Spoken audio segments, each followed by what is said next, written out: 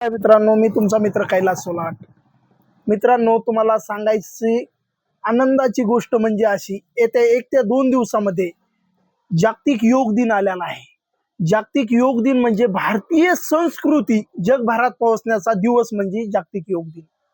मित्रांनो, आपल्या जीवनात असणाऱ्या समस्या, नैराश्य, डिप्रेशन, आरोग्यविषयक समस्यामधून जर आपल्याला बाहेर निघायचं असलं तर एकमेव पर्याय म्हणजे आपण आपल्या आयुष्यामध्ये योग सुरू करायला पाहिजे. म्हणून आपल्या साधू संतांनी, ऋषी मुनींनी आपल्याला खूप आनंदाचा दिवस म्हणून 21 जून हा दिवस जागतिक योग दिन म्हणून साजरा केला जातोय. आणि त्या दिवसापासून मी सर्व तरुणांना, माझ्या बंधूंना आवाहन करू इच्छितो की तुमच्या आयुष्यामध्ये त्या दिवसापासून तुम्ही योग निश्चित सुरू करा योग, राहा निरोग.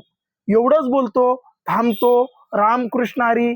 जय जवान, जय किसान. धन्यवाद.